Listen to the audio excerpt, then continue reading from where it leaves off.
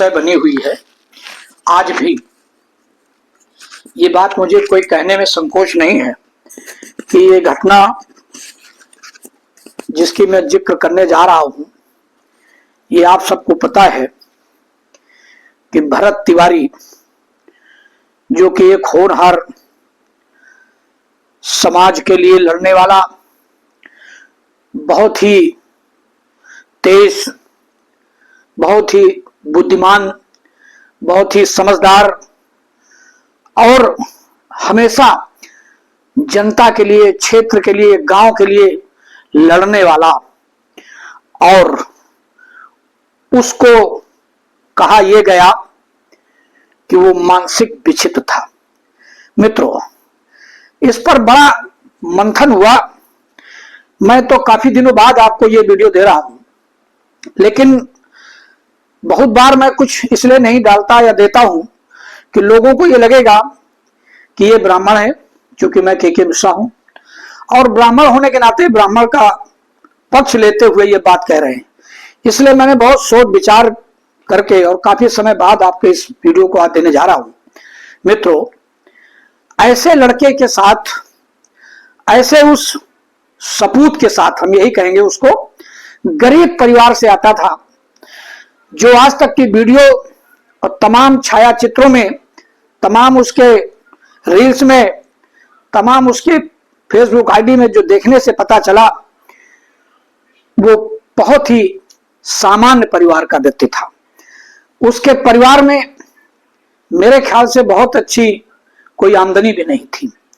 सामान्य परिवार से, सामान्य मम्मी पापा के बीच में रह करके और जनता की वो नुमाइंदी कर रहा था, और उस नुमाइंदी में करते करते वो इतना चर्चित हो गया था, उसकी सोच इतनी अच्छी थी कि आज उसके जब वीडियो में हम सब लोग देखते हैं तब पता चलता है कि उसकी सोच क्या थी, उसका कार्य क्या था, और वो समाज के लिए क्या करना चाहता था, क्या कर रहा था, जिसकी वजह से हम ये कहेंगे कि ये बिहार पुलिस ने जो आतंकवादी की तरह एक उसका दुखद अंत कर दिया, उसको गोली मार दी। साथियों, जैसा कि आप सबको पता है, उस व्यक्ति के अंदर अगर ऐसी कोई भावना होती कि मुझे पुलिस को मारना है या मुझे किसी को मारना है, तो उसने कभी और कोई भी घटना को अंजाम दिया होता, लेकिन ऐसा उसने कुछ नहीं किया। अब तक की जानकारी के आधार पर यह पता चला है कि उसके ऊपर ऐसे कोई मुकदमे नहीं थे, कोई संगीन धाराओं पर उसके ऊपर कोई एप्लीकेशन भी नहीं लगी थी, और ना कभी वो जेल भी गया था।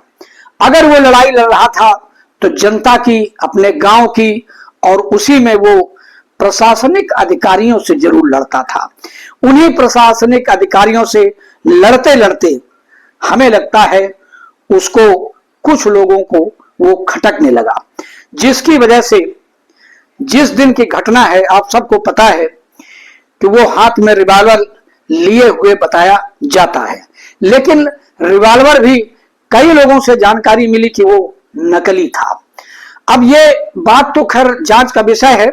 जो जानकारियां आई हैं कि वो रिवॉल्वर लिए रहता था, लेता था, क्यों लेता था, कहां से आया था, क्यों रखता था, ये सब जांच में अपने आप आगे आएगा।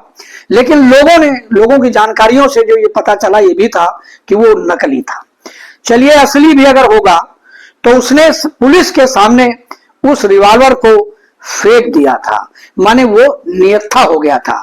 पुलिस अगर चाहती उसको अरेस्ट कर सकती थी, क्योंकि वो उसके पास कोई औजार नहीं थे, ये लोग संख्या में ज्यादा थे, और उसको जेल में डाल देती, मुकदमा उसके ऊपर ऑलरेडी तमाम सारे लगा देती, जिसकी आगे सुनवाई होती, और इसके बाद भले ही उसको मौत की सजा होती या फांसी की सजा होती।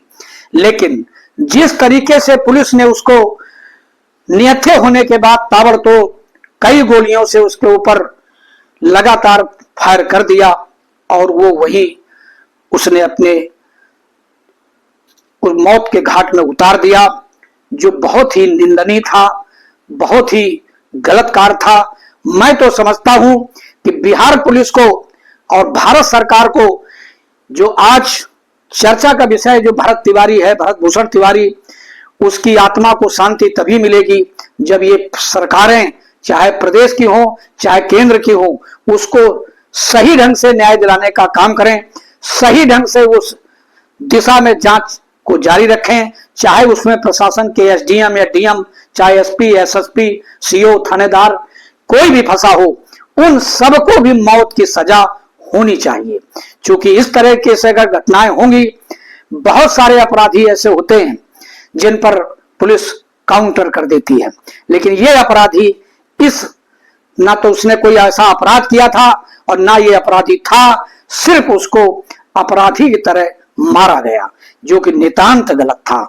बहुत बहुत धन्यवाद साथियों, मेरे इस वीडियो को शुरू से अंत तक देखें, लाइक, कमेंट और शेयर करें।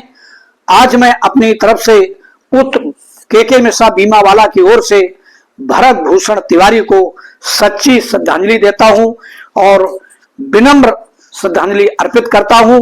पूरे परिवार को ये जो अथाह दुख का सागर है वो सहन करने की ईश्वर उनको शक्ति प्रदान करे, उनके माँ बाप, भाई और परिवारजनों को, और साथ में भरत भूषण तिवारी को ईश्वर अपने श्री चरणों में स्थान देते हुए सदगति को प्राप्त करे, ऐसी मेरी प्रार्थना है।